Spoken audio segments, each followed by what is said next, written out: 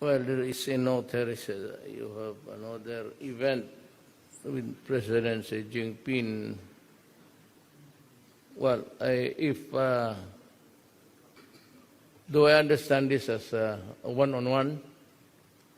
I don't know if it is proper or not, but I would deviate from my speech, a prepared one, to just, I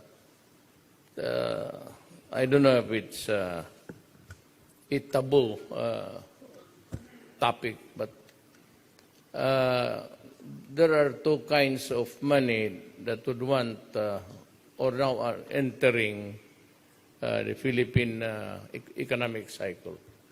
One is the government-owned corporations or agencies doing business at the behest of the Chinese government.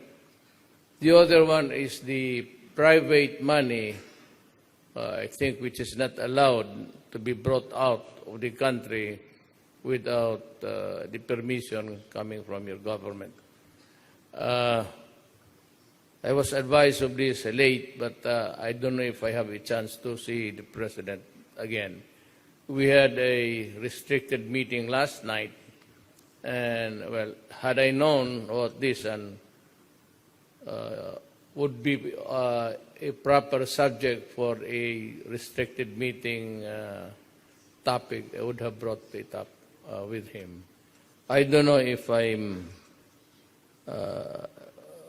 would be lucky, but I think I will. I'm going with him to the opening of the FIBA. Maybe I will tell him.